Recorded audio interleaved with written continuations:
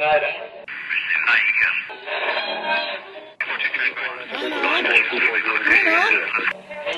is that you? There, I think I got it.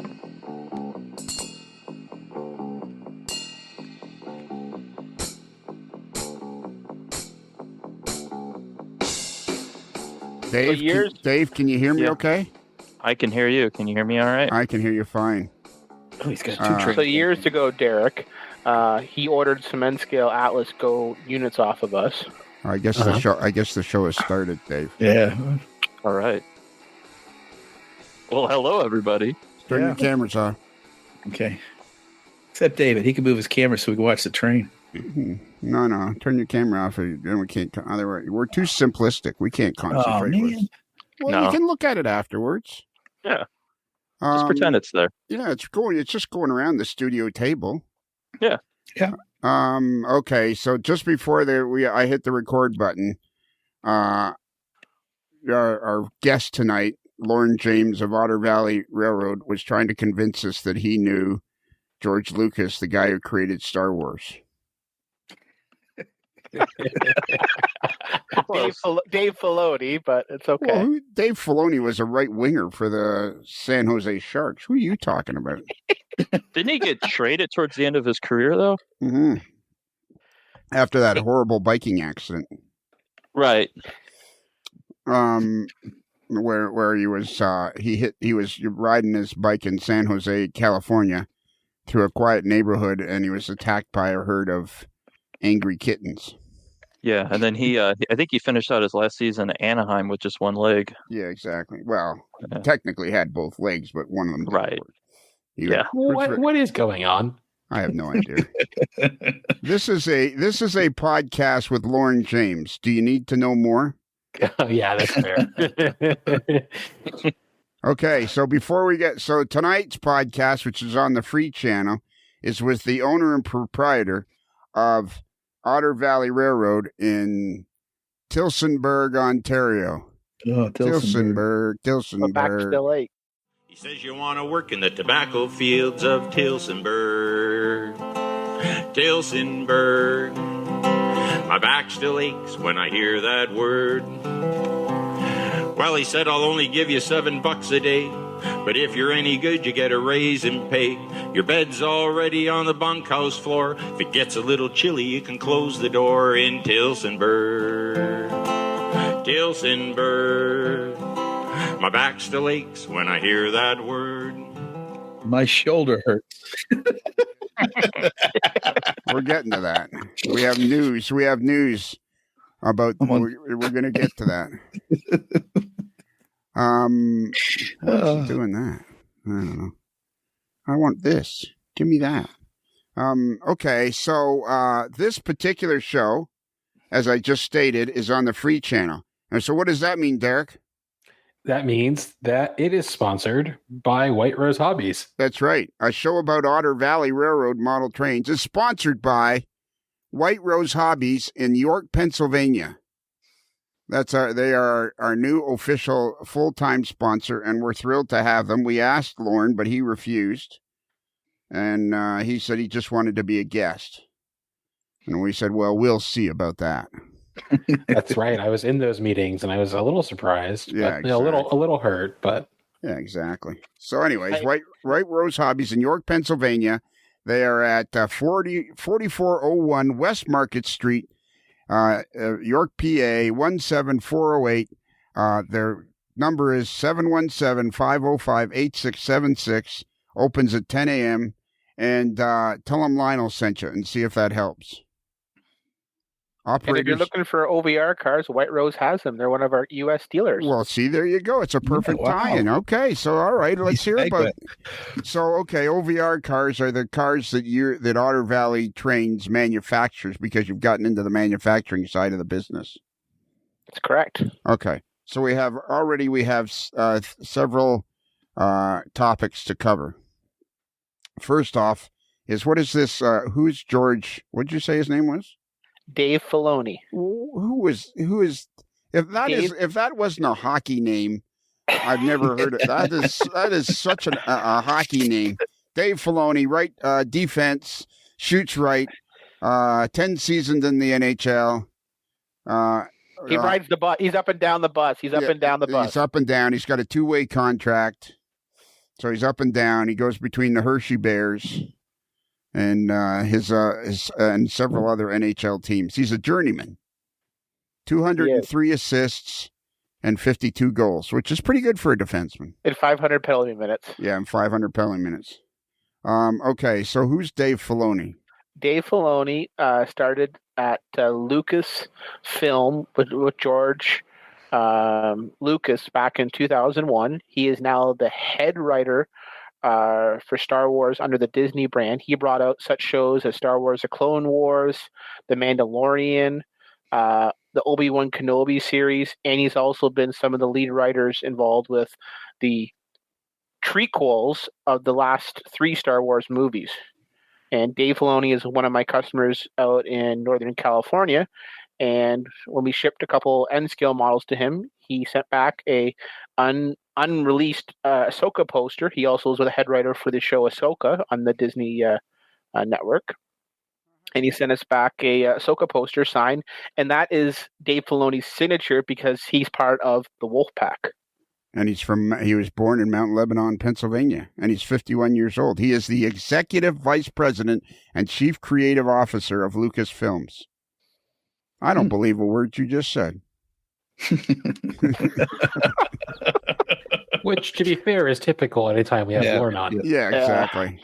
So how does Dave Filoni and Otter Valley Railroad get connected?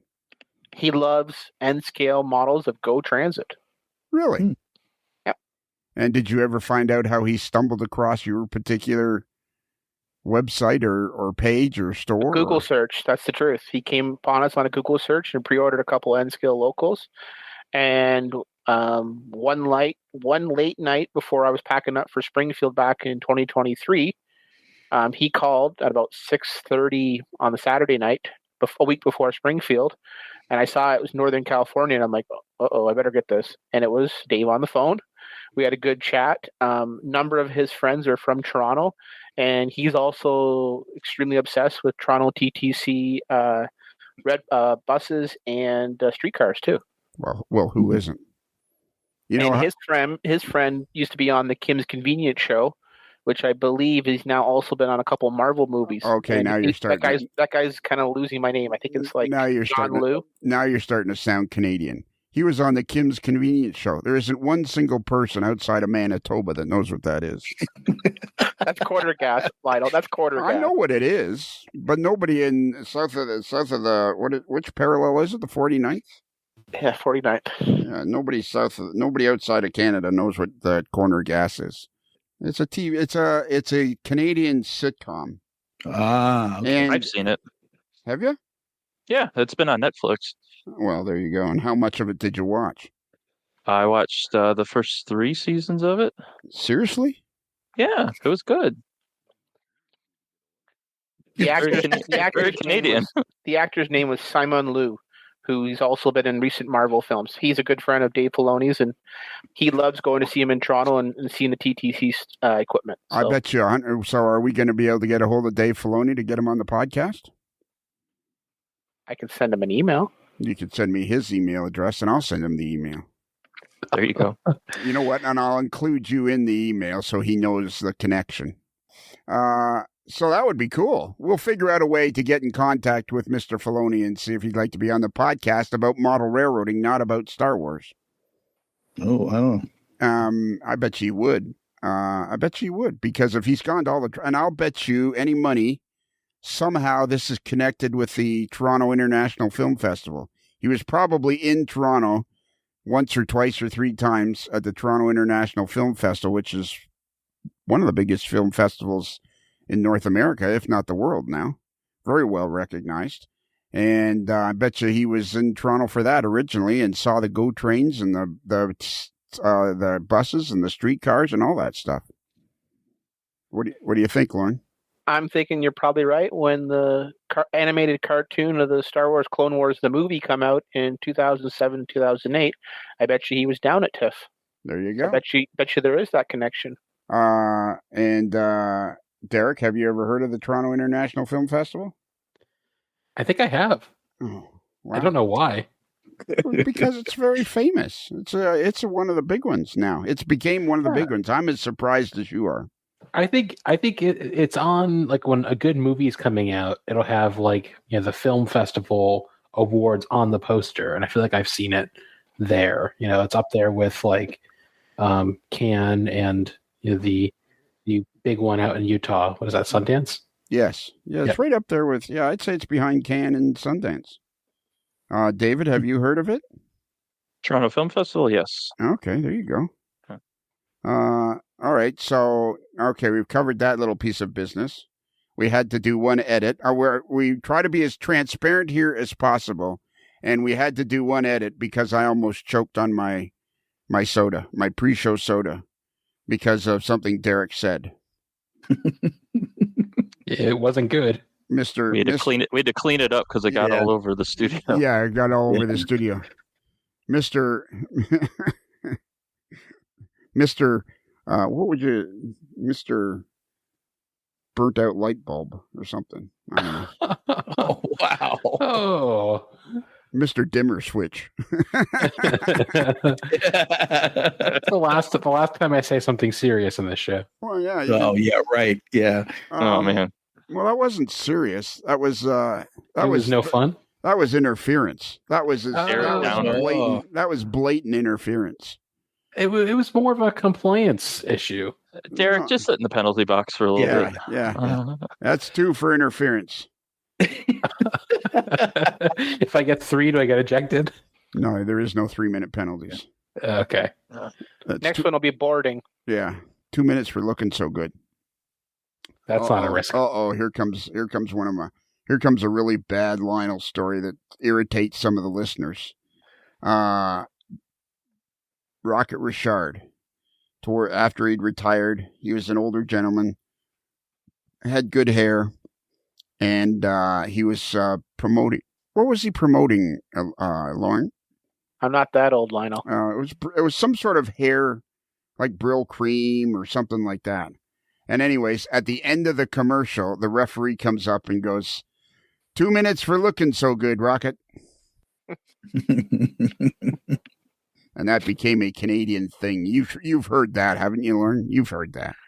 Everybody. I've only seen the one where he's moving the couch up his family's sofa on the day off work. I always see that commercial. And that was a Heritage commercial. Right.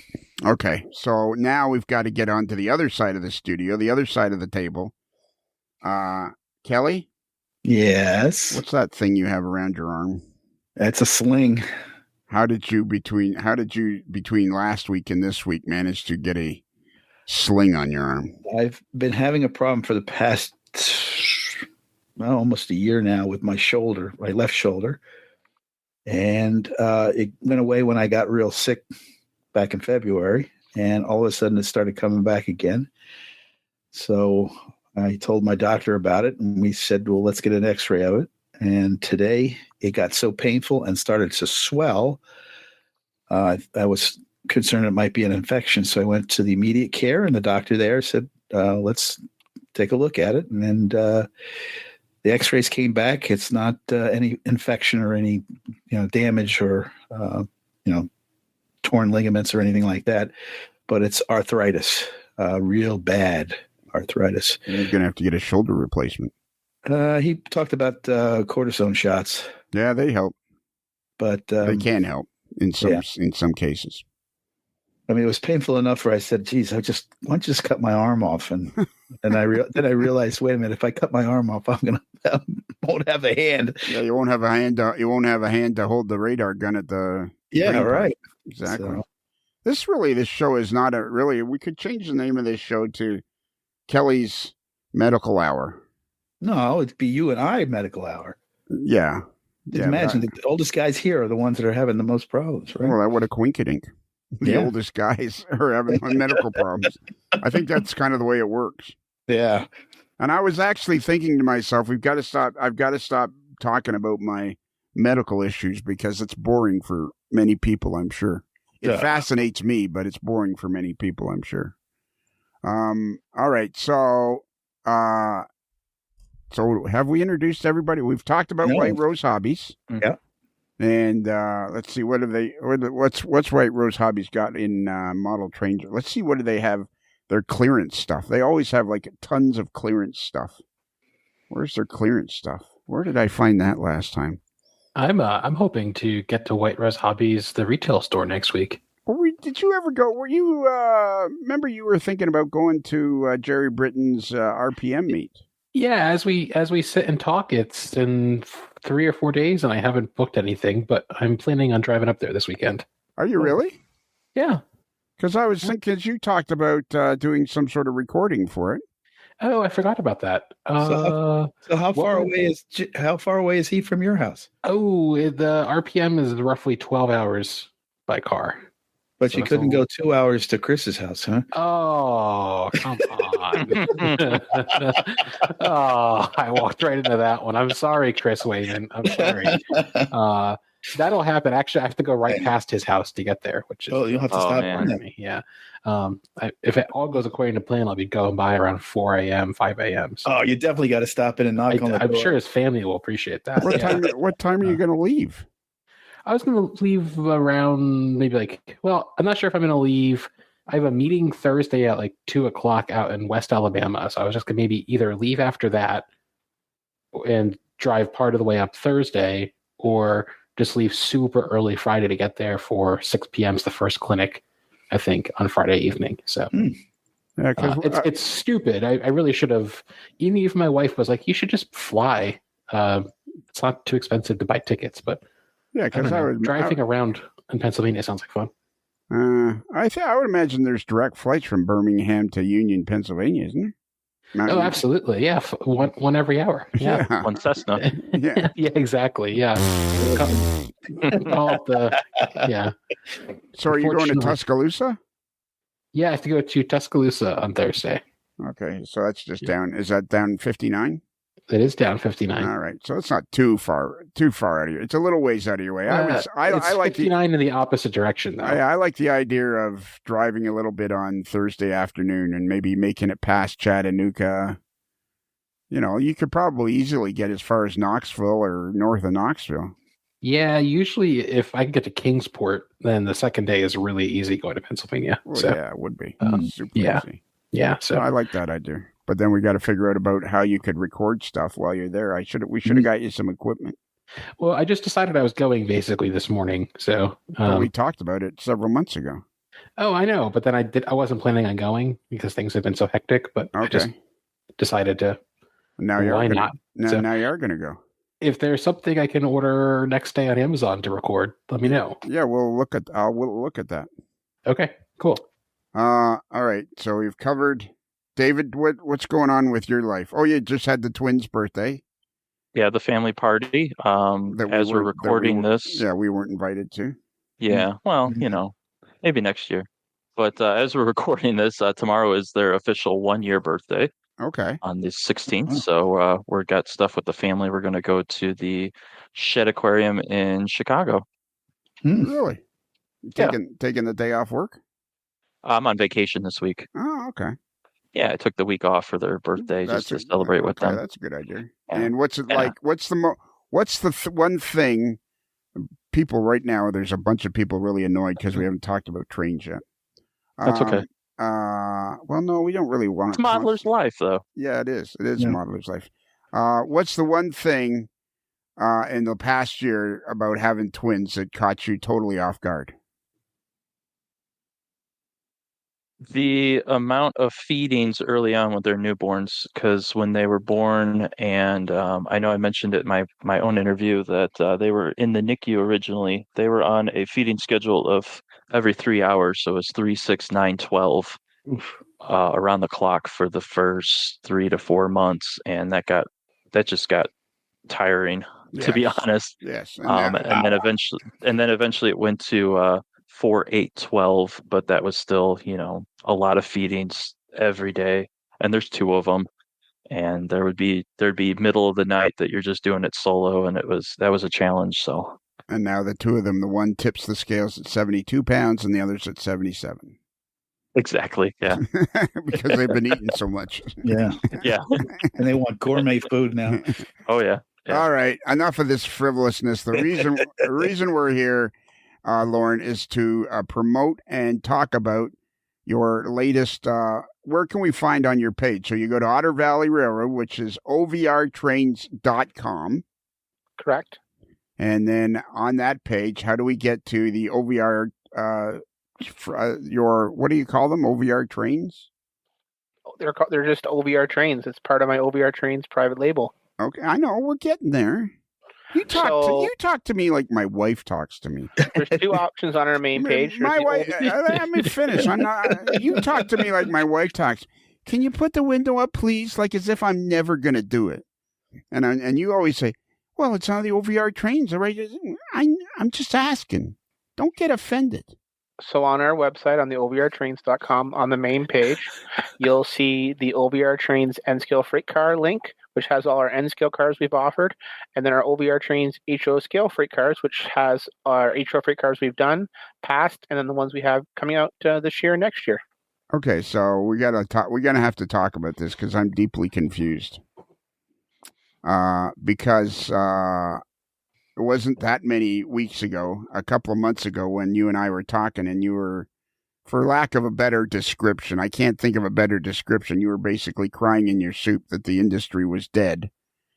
And now you're making more cars and more trains and selling them. And what's going on? What's going on with you? Come on. So I focused on Canadian in the short term with the current tariff and trade wars with the border. Right. But you must have still have American customers, don't you? Yep, but they deal with the mail and U.S. Trump's and Trump's trade policies. That's at their own peril. We're not talking politics. We're just talking. I know. Retail. We don't talk politics on the air. So what has transpired in the last couple of months where you've gone from, oh my God, the world's coming to an end, to now you're excited about some of your new releases? Like, did you kind of like get a hold of yourself, or did you realize it wasn't that bad, or how did you circumvent the problem? Well, the situation still is not ideal to what it was 4 months ago. Really, the reality is nothing's changed on that front, Lionel. Right. It's very fluid. Chinese-made products are subject to a 35% tariff on the entry to the United States. Certain processes coming from Canada, United States, are subject to potentially 35% come August 1st, or subject to rejection at the border of customs. So I've kind of changed my focus. We have the caboose in production. Oh yeah, I want to talk about that. Which we should expect sometime mid-September, end of September. It's going to be airmailed over. And then our next one that'll be in production, it's currently in design, is the CP National Steel Car Tank Hopper in the 4 and 8 hatch versions, which we announced at Springfield. And then we're going to get back to some of the stuff that Andrew teased a couple years back on the Canadian National Flat Car program. So we're actually focusing on Canadian and putting American toolings on the back burner until some of those other trade restrictions and barriers dissipate. Okay, but you're talking too fast now because I got questions. So we'll go through the list of cars very carefully. Is anybody else following any of this, or am I? I'm trying to Google it and on the website. I'm on there. Yeah, I'm on the website. Yeah, I'm scrolling through 1,000 cars. So believe it or not, Google's AI can't translate Lorne for me. I love that feature. You can't replace me with an algorithm now, Derek. That's right. You are too unique to. It's that accountant. It's that the accountant in me, Lionel. Yes, I know it is. And we've it's you're like you know what? You're like an old dog that's been abandoned and left. Jeez. Wow. No. He's like an old dog that's been abandoned and been in the shelter, the SCPA. I gotta bite your hand if you got. Well, now wait a minute, and then we've come along and adopted you to give you a good home, and you just have to learn. You just have to learn some of the commands. I'll just take my chances with the dumpster. Thank you very much. No, we love you. That's why we've adopted you. We just you're not so far. You're having trouble with the simple commands like sit and wait and stuff. I think we've made great headway with Lorne over the years. I mean, I can remember the first interviews. I didn't understand a word he was saying, and now we've come great. So these hopper cars that I'm looking at, the HO National Steel hopper cars. Yep. Has these been released, or this is pre-order?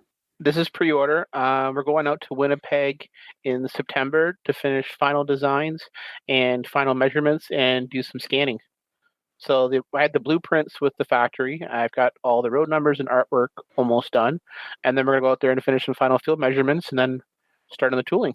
Well, then so this car that I'm looking at, the Otter Valley Railroad HO scale covered hopper, 3000C, one of your fancy numbers. So it's not even, the tooling isn't even done yet? The tooling will be started once I give the factory the final dimensions they need. Okay. So they have the drawings. So how long are we estimated arrival date March 5th, 2026? Yeah. That sounds like something you just pulled out of your butt. Not really. I mean, once I'm done the trip in September, they'll get the information within about 3 or 4 days when I get back. And then they'll start working on the tooling, which is about 30 days.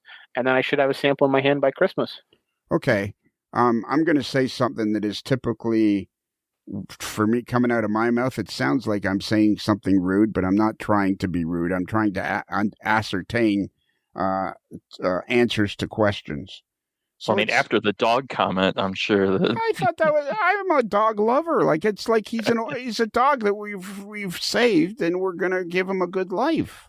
At the end of the podcast, they'll take me out back and put me down. I'm good for it. No, not at all. We're gonna give you lots of treats.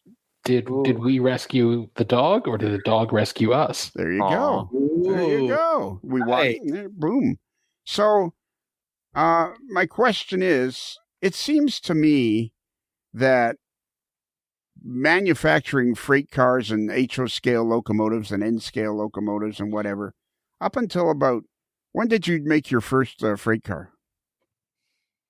Our first delivery was in March of 23, and our first initial foray into this was in September of 21. And our first tooling sample we ever had in our hand was in August of 22. So 2021 was when you first waded into the waters then? Correct. And it seems to me just before you got involved, other people were starting to get involved. And I know I want to have Stephen Atwell on here from Midwest Model Railroad because they also have an N-scale car that they've made them. They have their own car now too. But it seems to me that up until about 5 or 6 or 7 years ago, and help me, Kelly, with this, it seems to me like HO scale manufacturing and N scale manufacturing was like a secret, and only a few companies could do it. And now it seems like it's very accessible. Does that sound like well, it's more people are more and more people are doing it. It's coming from China, or whether it's 3D printing. I mean, look at this. What is that, Lorne? Like, why is it? Why did you get involved in car manufacturing? Because you seem to be quite successful at it. So, we have one of the biggest retail shops in Canada, and one of the biggest ones in North America. And I wanted to extend our company and our retail brand by having our own private label. So that's why we basically launched our OVR train cars. So that way, we had another extension of our umbrella. Right, I understand that, but did somehow it seem to become more accessible for the smaller manufacturer, because you were just this, you've got a beautiful store, as we've said many, many times. It's one of the best stores around. White Rose Hobbies in York, Pennsylvania is our official sponsor, by the way. Ask for Thomas or Ryan and tell them Lionel sent you. But okay, so don't you feel like it's become more accessible to, what am I trying to say here, Derek? And what do you guys, what am I trying to What am I trying to say? The barriers to entry have been reduced through the years. Yes, the barriers to entry. Wow, look at that. Yeah. Lauren, have you found that the type of cars that you're doing is not the ones that the major manufacturers want to do, or is it? So this is going to sound me controversial, so I'm going to take my basic neutral. The first two cars we did in H-Show, and the first two cars we did in N, another competitor announced it and still hasn't yet delivered to the market. Right. So our cars were popular. The trash car, I know Lionel's going to say, "Oh my God, we're going to talk about the trash car. We're going to talk about the trash car." Gotta plug the trash car. But here's the thing. But there was 10,000 of them in the series. It's a huge series. Yeah. The scrap car, there's multiple thousands of the 6,000s. Our pipe car, there's only 150 of them on the active CN and CWLX system. The tank hopper was a car that I had talked about for years, and I had built numerous one of Sylvan scale models resin kits. So, and the same thing with the transfer caboose. I built a couple of the resin, and I had a couple brass, and it was something like, okay, I've done an HO car, I've now done a second HO car, now I've done a third HO car, now I've done 2 N scale cars. Now I'm going to tool a caboose. Now I want to tool another car, and we've talked about this before. We actually have 2 locomotives that we have ready to go in design. What? Yeah, exactly. We've talked about that before. I don't know that we've talked about that before. We haven't talked. Him and I have talked about it. Okay. Wow. This is the worldwide premiere. Yeah, exactly. And because about once every 10 or 12 days, he goes, "Lionel, what should I do? What should I do?" He calls me. Yeah, the bat phone out of the bullpen. Yeah, exactly. Yeah, think of me as what was the mayor's name of Gotham City? Adam West. No, that was Batman. Batman, no. I'm talking about the mayor of Gotham City. I'm like that guy. That's Lando. No, it wasn't Mayor Lando. It was Mayor something or other. This is Billy D. Williams. Billy D. Williams played him. No, on TV, on the TV show. TV show. Oh. Yeah. He was a white hair. He looked very similar to Alfred the Butler. Okay, so I have a suggestion for you for your website that would make this conversation much easier to handle, and I think it will help you sell more cars. Would you like a suggestion, or would you like me to keep it to myself? No, I'm open to suggestions. Okay. So when I go to OV, so far I go, I'm on your website, which you've retooled, redone. It's about a year old now. It's awesome. It's a very good website. And then right on the navigation bar, the second thing over is OVR trains, HO scale freight cars. You click on that. There's a drop down menu. It says OVR HO scale freight cars. But then when you click on that, I'm buried under a sea of covered hoppers. And I think what you should do is when you open up OVR HO scale freight cars, you should have each one of the cars you make just as a sublisting. With I like that idea. I like that idea a lot. Yeah, because then that is a good idea. Yeah, then it would be much easier to find the individual cars. You'd have your I think that would really improve it a lot. I think Tangent does it that way too with some of their cars when they sell them. Well, we're not talking about. I'm just saying as a reference. No, it's a good point. I will actually put it on a list, and I'll probably do it on Thursday. Okay, there you go. So then the next time you're on the show, we can check it out. Yeah.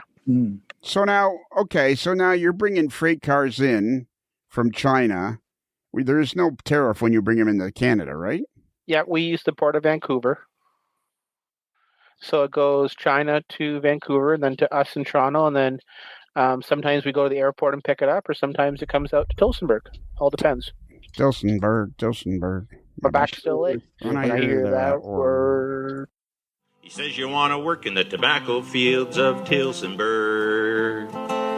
Tillsonburg. My back still aches when I hear that word.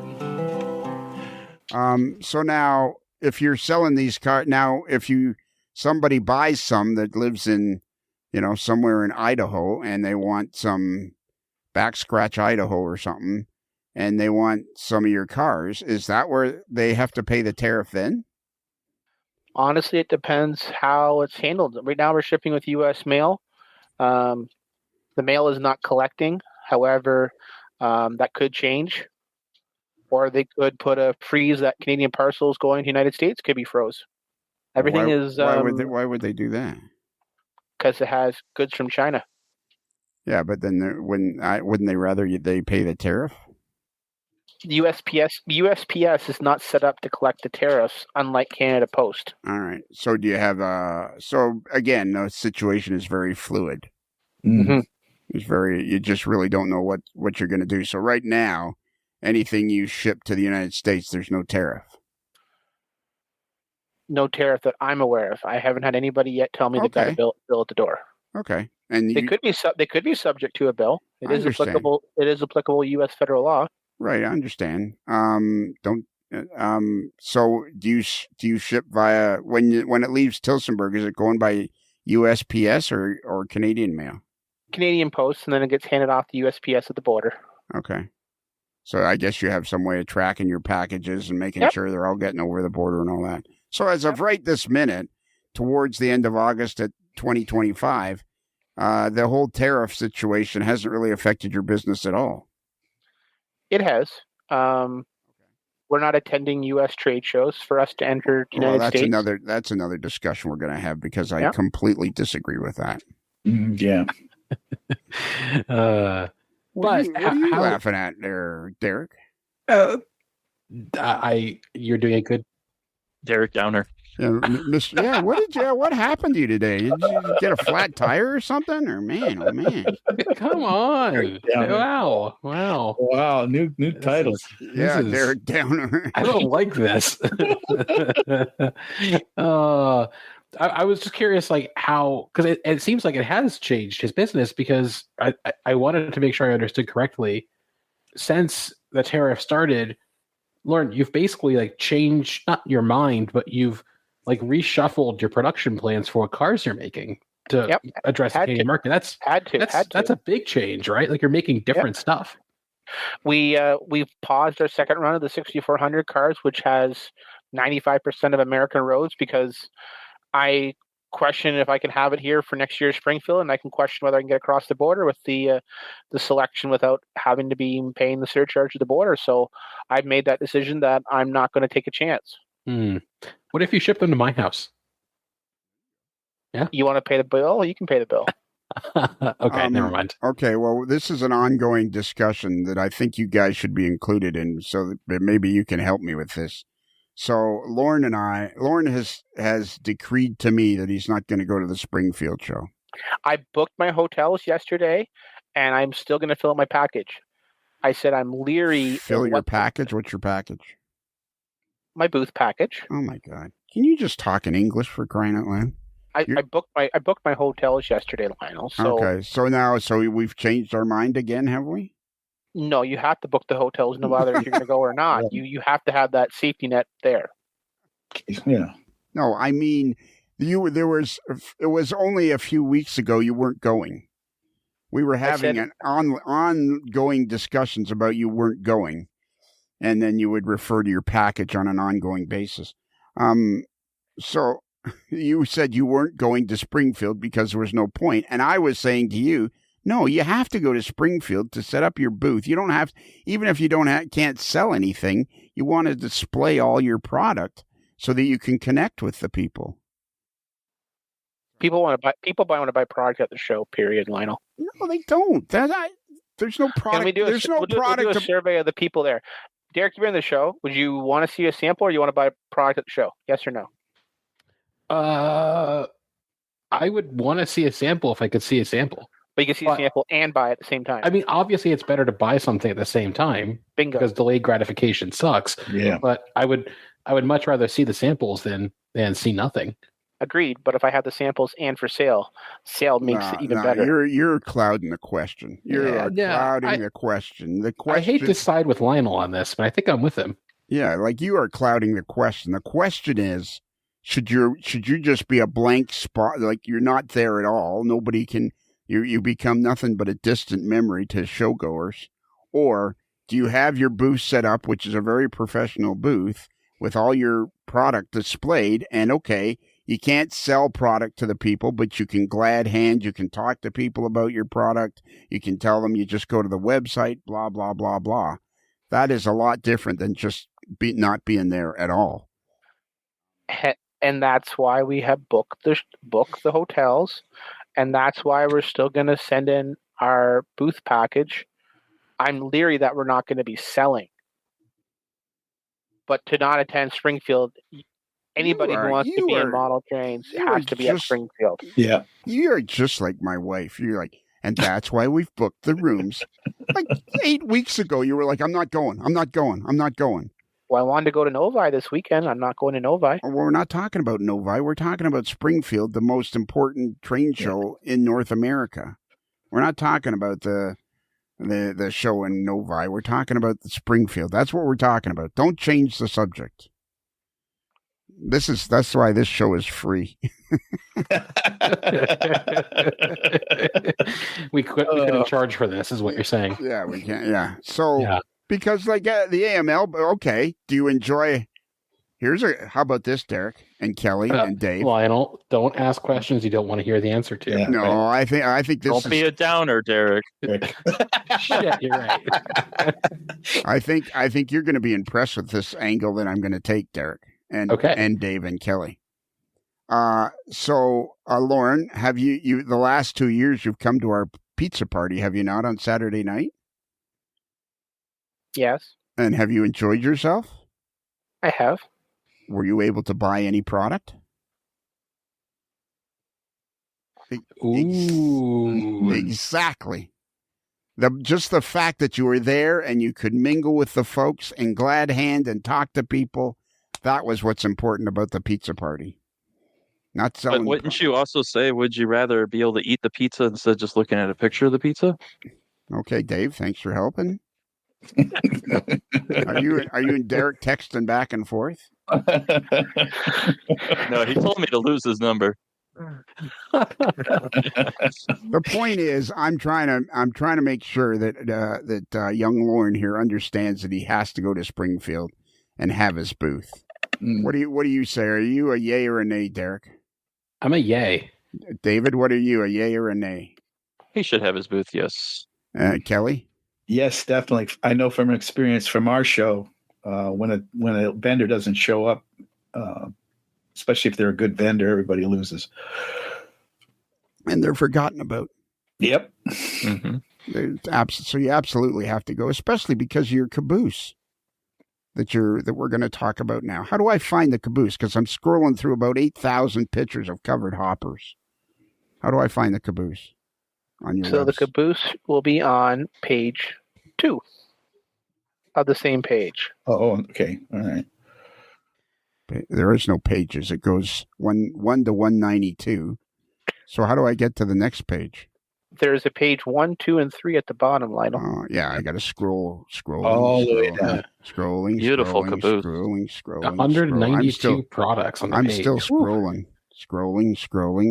There's garbage cars. Scrolling. There's pipe cars. Scrolling.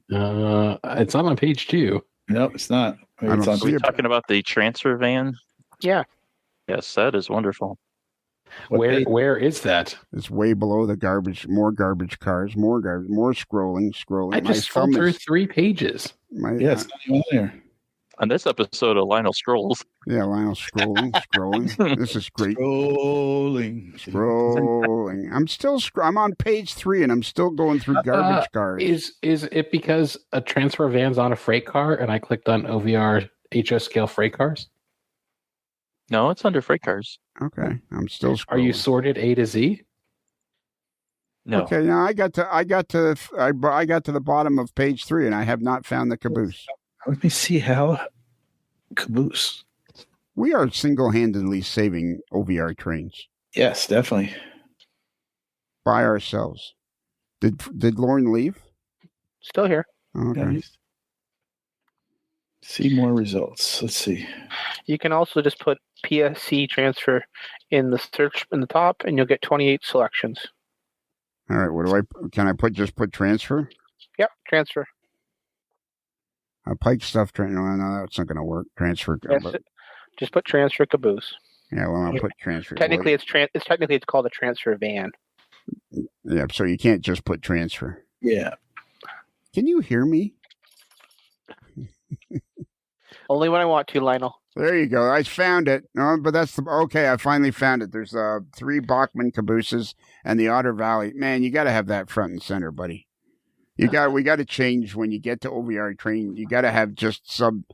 What do you call it? Sub pictures of each type of freight car. Sub listings. Yeah, you got to change that. Okay, Otter Valley Railroad, 57023, PSC. What does PSC stand Point for? St. Charles. That Point was the shop that built the cabooses for CN. That's part of their home shops. Okay. And how often do you sell Canadian product to stateside? 90%. Wow. Because there's a lot of U.S. modelers that model Canadian prototypes, and me being one of the biggest Canadian dealers in Canada, I have Canadian vintages and models and exclusives and sometimes their own tooling that nobody else in the world will have. Wow. David? Yes. Can you just look a little closer? Can you see that vein on the side of my neck pulsating? Oh, no. Yeah, we might want to call 911 on that one. So he's changing. Am I getting this? So he's changing his direction. He's doing more Canadian cars because he's going to do more Canadian content while the tariff whole thing is going on, except 90% of his sales of Canadian cars go stateside. No. You quoted me and said, of the stuff you send to the States, how much is Canadian? Of the U.S. orders we send, most of them have 90% of Canadian in their box. Well, that's what I said. We're still 85% Canadian business. No. 85% of my sales is Canadian. The question was how many. I'm confused. Me too. Yeah. You're trying to use statistics. I'm trying to use common sense. Yeah. I said, how many of these Canadian freight cars do you sell? Do you sell any of these to the States? And you said 90%. Is that true? Is that you sell like 90% of your Canadian freight cars go to the stateside? No, that's incorrect. Okay, that's simple. Let me ask the question again. So, how many of your Canadian freight cars do you sell? Do you sell any of your Canadian freight cars to the States? Yes. How many percentage? About 10% of my entire run. Oh, okay, That's better. Yeah, and. Okay, so then you're going to make a bunch of these cabooses, and primarily they're going to be sold in Canada. Canada and Europe. I got a lot of European orders too. Oh yeah. Yep. And there's no tariffs with sending stuff to Europe. That's right. So that's good. Okay. So now, why this particular caboose? This particular caboose is Point St. Charles transfer van in CN. And what does PSTR stand for? Port Stanley Terminal Railway. We're doing our little short line has one of them as well, and we're doing their birthday caboose. Oh, okay. Now, how many? They're going to just be painted different. Yep. Now, how many people are going to buy the birthday caboose? Enough. I have enough for the production of that number, so I'm happy. Okay. Well, no, I'm just interested because I wouldn't buy one. Would you buy a birthday caboose, David? No. No. No. And yeah. Hey, Lorne, I have a question though. Yeah. Since you are developing this caboose, was this a caboose that they did from the ground up, or is this a rebuild, maybe using a boxcar or something like some railroads that did? It's a shop car, so it's got boxcar parts. Okay. Very cool. So this is an independently made car through the Canadian National Railroad. Yep, in their Montreal shops at the Point St. Charles shops. So pretty cool. Yeah. Do you have and why don't you have that video that you showed me? Why don't you have that on your website? It's on our YouTube and on our Facebook. Okay. Well, do you have a link to the YouTube or the Facebook on your website? No. Do I have to do everything? Clearly, you haven't been on retainer long enough, Lionel, to give me better advice. So yeah. You got to just put the link to the YouTube channel.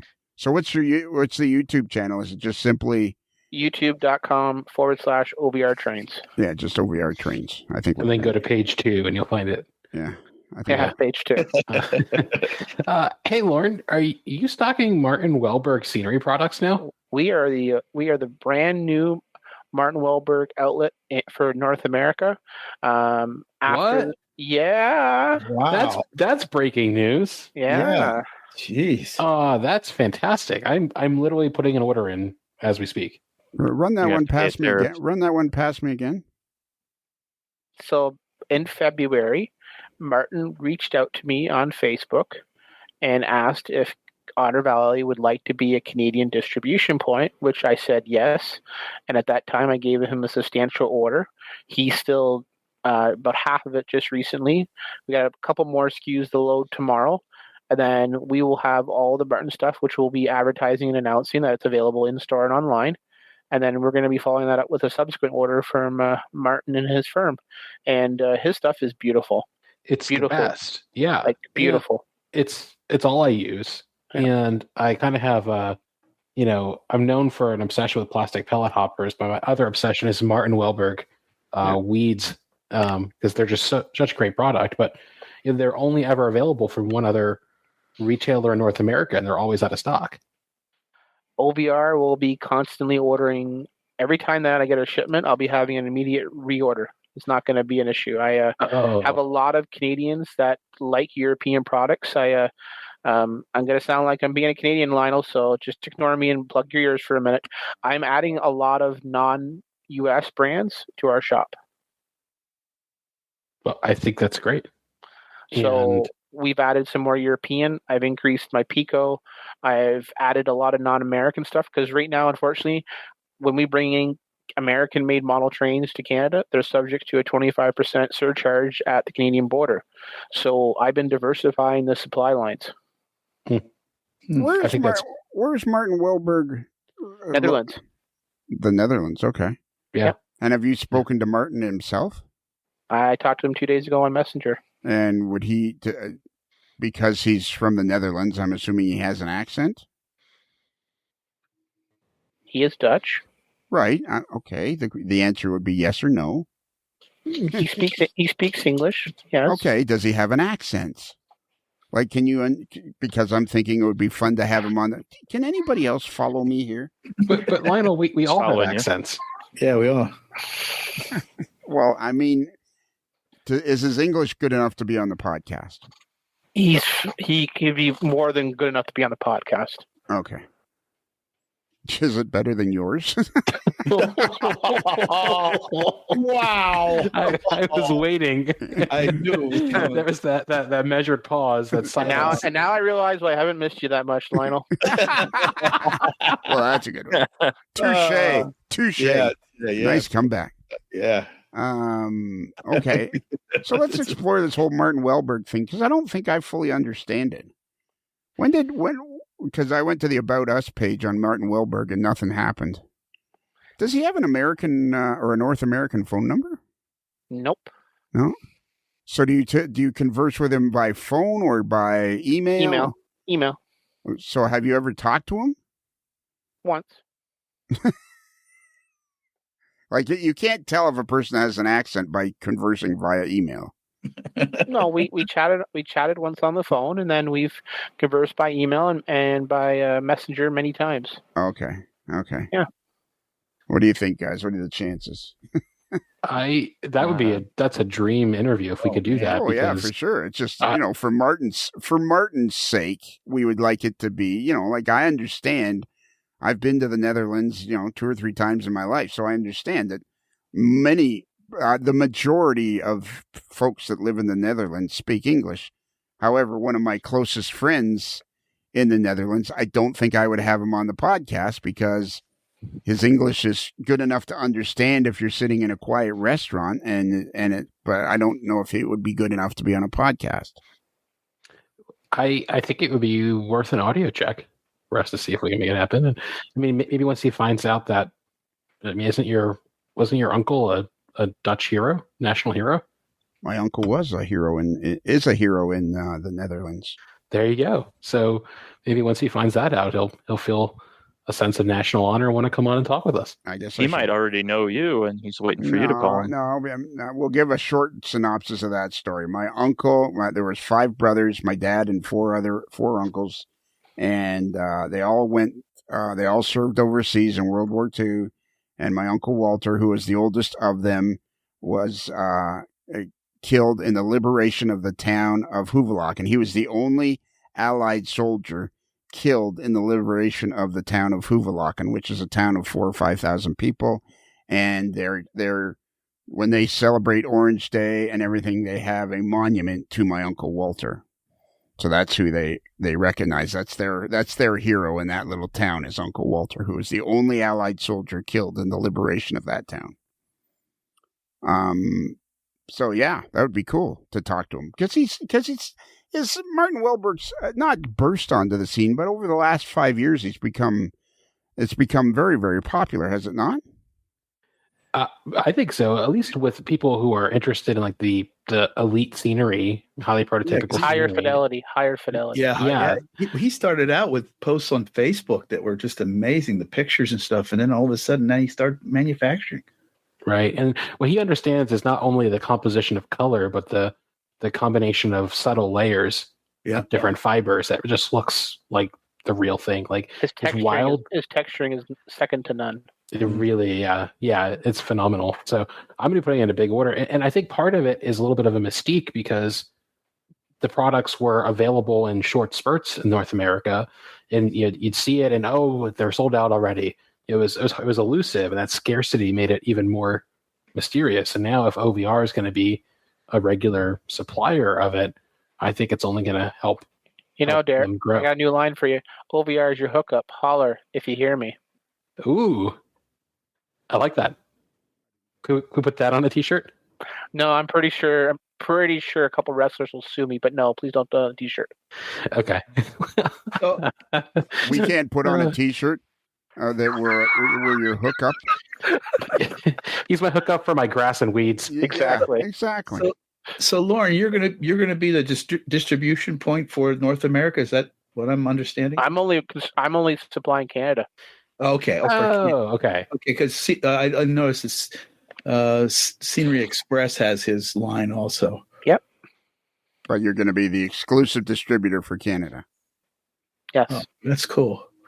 You said that with a pause. Are you going to be the exclusive distributor for Canada? I'm the source for Canada. Yeah. Okay. I'll send it to you, Derek. I love talking Derek, to I'll ship I love it to you. talking to Lorne. I'll still ship it to you, Derek.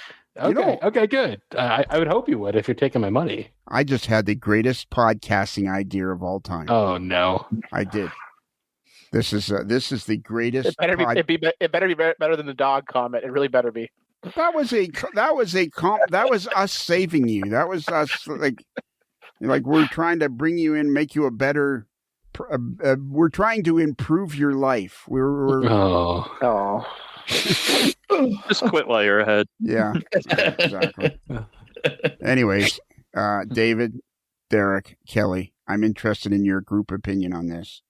Tell me if this is not the greatest podcasting idea you have ever heard. An hour with the dude and Lorne together. Oh yeah. Wow. I need to order more of grass and weeds first. Yeah. Woo. Am I allowed to say that? You should edit that out. Another show you didn't go to, Lorne, was St. Louis RPM. Yeah. I didn't go back for my third year in a row at the dude's house. Yeah, exactly. And our buddy, the Table Master, has gone to the St. Louis RPM, and I said, "Do you want me to hook you up with the dude?" And he was like, "If you could." And I'm thinking, that sounds like a dangerous combination right there. I think I think we should do it. I think that an hour with Lorne and the dude would be fantastic. I think so too. It probably have to be 2 hours though, because they both want to get their piece in, right? Yeah, and that vein on my neck will be pulsating quite a bit. I think what we do is we just get them in the studio, flip the switch, and then we all sort of step out and come back a few hours later and see what happened. There you go. Okay, what else do you want to? Lorne, we haven't done I wanted to talk about the caboose. So which car are you the most excited about? So there's a special one, which is the test scheme. That's been our biggest seller. So that's the CN test scheme, road number 76673, and that has the white strip with the black words "test" on it. This is one of the popular ones that was in Southern Ontario. Yes, I know I'm being a homer again. And then we're also offering the last 4 transfer cabooses on CN system that was up until 2023. So we got a good variety from as delivered, repatched, the test scheme. We also have the ENN scheme, which is for the British Columbia modelers, the birthday one for PTSR. We're doing a data only for the freelancers out there that want to have a data only caboose. So we have that, and then also we're going to have the last 4 cabooses that were on CN system. Okay, you're going to do a data only caboose. That's cool. I think more. I'd love to have more manufacturers do data only. I've done 6 different data only cars. We did black and gray gondola in the 64s, black in the 6000. We did a pipe data only. We did 4 different data onlys on our N scale trash car: green, blue, gray, and black. And then now the caboose will be a data only as well. And how are your N scale sales? A little bit slow. We were unable to go to the N scale convention in Kansas City. We really were looking forward to it. It was actually the same weekend that the Dodgers were in town, so that would have been a nice thing to go to a Royals and Dodgers game and go to the show. But why couldn't you go? Same thing. It's entering across the border and paying the surcharge. Well, you can cross the border. There's nothing stopping you from crossing the border. It's a matter of taking product and samples. Well, have you checked into it? Yep, I have. Okay, so what is the thing about taking show products to just show? You have to pay the 35% to enter. Oh, really? Yeah. Wow. Oh, okay. I didn't know that. Even if you have samples. Okay, you have to pay the tariff on the samples. Well, yeah, but that a guy with your kind of coin, that's not going to bother you. Yeah. But as an accountant, I love how Lionel can just speak for whatever kind of coin I need. Yeah. But I'm sure as an accountant, it would kill you to waste money on something that adds no value, right? Like, but is it a waste if he attracts customers that would order the product? That's why I wanted to go to the show, also show samples and sell. Again, I really believe that you have to do both.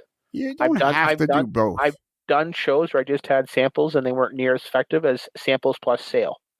My last Springfield show was phenomenal with how many people come up and got N scale or HO or the custom made loads we made or pre-order cabooses. But I mean, we had product out the wazoo. We had special runs there. We had everything we could possibly get across the border back in January. But again, we weren't subject to the current trade rules and tariff issues. Mm-hmm. I understand. And it's kind of. Go ahead, Derek. Well, it's probably hard because you pay the value added when you come in with the product, not based on what you sell. Bingo. So you're kind of making a bet based on I'm bringing $10,000 of inventory across. You're stuck with this bill whether you sell all $10,000 or you sell $500 worth. Correct. That's a pretty crappy bet to make. How about this analogy? Let me try this analogy. And you have to pay it before you cross too, Derek. It's not like you can pay it later. Let me try this analogy. I think this is a good analogy. See, boys, you boys see if you agree or disagree. Do you watch TV at all, Lorne? Always. Okay. When you're watching TV, do you see these things that they call commercials where product will be advertised? Yep. Can you buy the product right there on the spot in your living room when you're watching the TV? No, you can't. It's advertising. It's putting the product in front of the person's face. It's making the person not forget that the product is there. It doesn't have to be that you can buy the product. It's all about making sure that the consumer knows the product exists. I think isn't that what social media is doing, though? David? I'm just saying.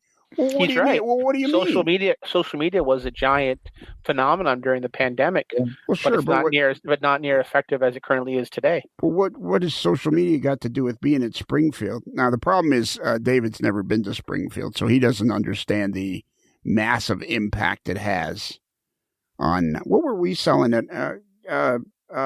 Kelly, you've been to the Twice. AML booth twice, Yeah. and Derek, you've been there. What were we selling at our booth? Exactly. Good looks. Exactly. Nothing. Cheese We were balls. just there. We're Cheese just there. balls that cheese balls that we can't do anymore. No, we didn't Yeah. sell them. We gave them away. Oh, yes, Well, Scott Lister flipped some product that he saw at the show, but that's just Scott being Scott. Well, that was the guy. Oh my God! You guys are like, what did you get What together? a downer. Are you guys? Did you guys get together ahead of the show to contradict everything I say? Holy moly! The benefits of being on vacation. Advertising is key to any business. If you don't advertise, people don't know you're there, and then That's where social media comes in. Well, that's part of it, but social media's got nothing to do with being. You can't shake somebody's hand through social media. Hey, Lauren, you said something interesting a second ago. You said that social media is less effective for advertising now than it was during the pandemic, and I can assume that because people have less screen time. But can you talk a little bit more about why you think that is, or how you've noticed that, or how you felt that? So during the pandemic, we were all told to either stay home or sheltered in, or we couldn't leave, our country. So we were more apprehensive to spend more time on screen. We'd watch more live streams, listen to more audio, watch more video, and a byproduct of that was people would ramp up social media posts of, new product coming in, or I have this estate, or we're going to sample this product. And the conversion or successful completion of those items being sold via that has continually dropped off year after year because it's not the now thing. And people are now catching up on moments they missed out on during the pandemic, like traveling, seeing people, going to live events. So what was popular for hobbies during that period, and social media was the driver because you couldn't go to trade shows. Springfield didn't happen one year. Numerous things. It drove people to online shop or do events at our show. I mean, we came out in 2021. We had our first ever pop-up show, which was just a way to help out Canadian manufacturers to do an event with the current COVID restrictions. But as time went on, those things became less and less, and the attendance and the attraction became less and less from social media. And I look at metrics all the time of engagement levels, likes, comments, conversions, and it has trailed. It's continually trailed off. That makes sense. So never mind. We could talk offline. I was going to ask about metapixel and conversion tracking, but never mind. Yeah. Wow. I didn't get any. I look at Google Analytics a lot, Derek. Yeah, right. That's so basically for every unit of effort or every 10,000 impressions, you're getting fewer conversions and so that makes a whole lot of sense, and that's why that's not exclusive to OVR though. That's kind of the reality of the entire industry. That's the reality of social media on that advertising median. Yeah, it's just a function of it. Especially because the targeting has gotten harder and harder with privacy restrictions. I mean, a great example is you go back and look at some of the dude's videos during the pandemic, and he was hitting 25, 30,000 views. And in the last year and a half, he's been between 5,000 and 8,000 views. Yeah, but I don't understand what that's got to do with going to Springfield. Like glad handing people. Like, what do politicians do? How do politicians get elected? The more people they meet, the better chance they have. You have to put your face. Rich donors, Lionel. Rich donors.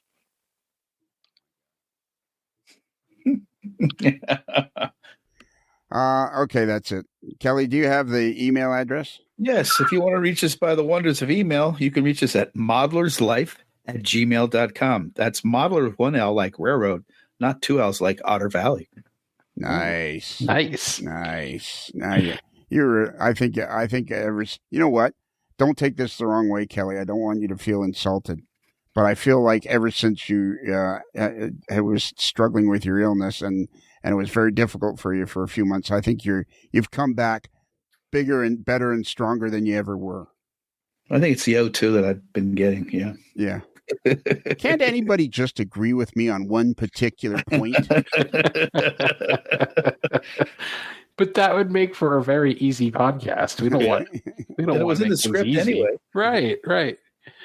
Okay, so that's our email. And now we have a better email on our website. We have a better, if you didn't catch that email, if you go to our website, there is actually a box there that says, send us an email. And with the little, it says required, indicates required field. And it's all you do is you can put in your first name and last name if you so choose, or just your email address and what's on your mind. And then you hit the submit button and boom, the email is there. That's all you got to do is go to our website, ModelersLife.com, and go to our little email thingy. What do you call that, Derek? I think you'd call it like a contact form. Okay. Except now we don't have any use for the picture of our mail boy, the AML's most eligible bachelor.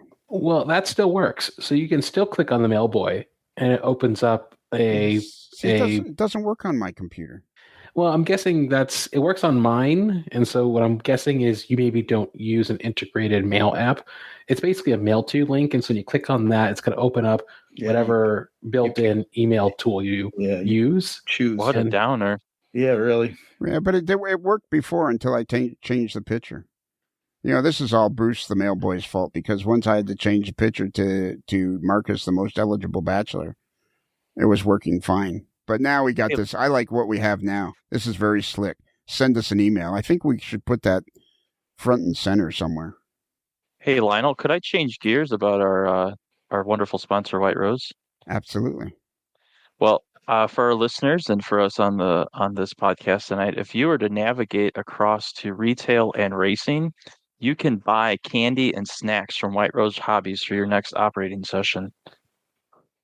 Retail and racing? Wow, yes. You can. They sell food? Candy and snacks. They sell food, Wow, look at that. Holy mackerel. This is something that Chris Wayman needs to know about. Yeah. Calling Chris Wayman. Man, we did a podcast last week with Chris Wayman.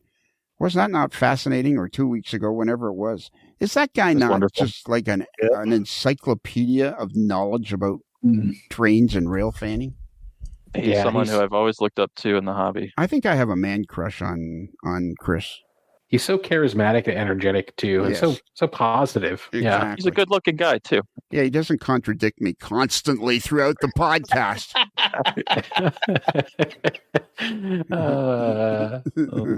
What else? Okay, so then if you enjoyed this podcast, and I don't see why you wouldn't, I enjoyed it. This is exactly This is exactly how this podcast was born. It's fun to talk to my friend Lorne. It's fun to talk to my friends Kelly and David and Derek. This is exactly what the podcast was about when it was started. It's just a fun thing to talk to people. And if you don't like our rambling, I apologize for that, but that's what we like to do. We like to talk to each other. We like to talk about model railroading. We like to talk about railroading. That's what it is. So if you like this podcast and you'd like to have twice as much podcasting every week, you can click on our Patreon link, and just for a few cents a day, you can get twice as much. You get our Tuesday program, which is like the one we did with Chris Wayman. It's just endless amounts of cool information and endless amounts of fun chatter and camaraderie and all sorts of stuff. And then if you go to our T-shirt level, then you're entered into the worldwide game that's sweeping the globe. Hey, dude, where's my shirt? Because if you go to the T-shirt level, every year you get a T-shirt that's only available to Patreon members. Hey, dude, where is my T-shirt? Are you a Patreon member? Yeah. Okay. Well, now you're in the game. First step. You were going to sell AML stuff on your website. I'm all ready for it. Okay. Got a new site and everything. All right. Is that it? Have we covered everything? Caboose, Martin. New email, thingamajigger app. Oh, I have one thing I want to talk about. Can I do that for a second? No, we're out of We're time. out of time. So I got back into some modeling just recently, Lionel, and did some more work on my layout. I finally got my hands on a Bearco Marina lake boat. It is 8 feet by 3 feet wide. Bearco? Bearco. How do you spell that? BERCO. And they made lake boats, and I picked myself up a Canadian. Who's the manufacturer of it? So it's a Sylvan boat, and then it was custom built by Bearco. So Bearco builds models? They used to. They're no longer building boats. I picked this up from an estate. A friend has mentioned they had this boat, so I picked up that. And then I picked up a couple more bridges to add to my ever-expanding plywood central empire. Okay. How can I find a picture of this boat? Yeah, put into Google, put in Bearco Marina lake boat. BERCO? Yep. Lake boat. Yep. Hey, good luck. It's like a yacht? No, it's a 187 scale boat. Bearco in Lakeland, Florida. So that's what's new with me on the modeling side. So yeah, I've been kind of been getting some pieces and getting my interest back in building on the layout again. Good. Well, we'll talk to you about that on the next one. The next time you come on again in a couple of months when there's been more action and controversy in the world of tariffs, and we'll see where you're at then. And my caboose will have arrived too. And your caboose will have arrived. So it's scheduled to arrive by the end of the summer or the middle of the fall? End of September. End of September. Okay. And how do you feel like that's happening? Do you feel like it's on time? It's going to be tight, but it'll be airmailed, so we'll be okay. It's going to be airmailed? Yeah. How can you afford that? That's going to cost you a small fortune. You're worried about Springfield. He's worried about the 35% tariffs on $500 worth of models. Airmail versus container for that size, it's really negligible what the price difference is. Okay. So how much is it to airmail? Roughly. Give us a ballpark figure. It costs me an extra $850. Well, I know, but the total ballpark figure. Ballpark. Don't get exact. Just give us four. Okay. Roughly $4,000 to send over 7,000. I didn't say that number. You're throwing a number out there. I know. I was just trying to get a rise out of you. That's it. Are you ready? Are you ready? I'm ready. So remember, a Modeler's Life podcast is considered marginally adequate by 6 out of 10 Toronto Blue Jays fans.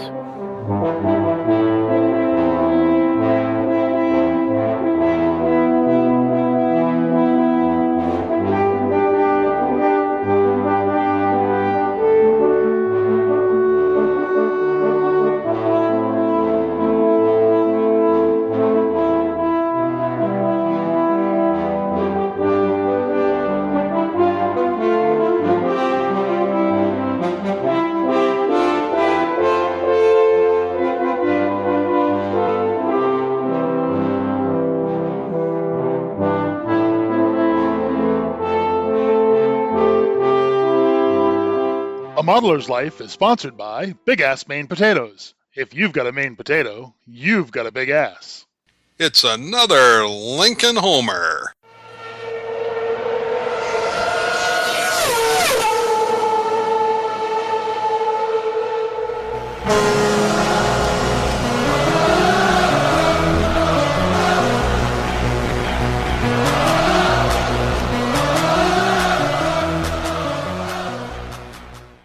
Well, that's a pretty good one. That's good. That is a good one. That's a new one. Yeah. Holy smackers, where's the Tylenol? I'm exhausted.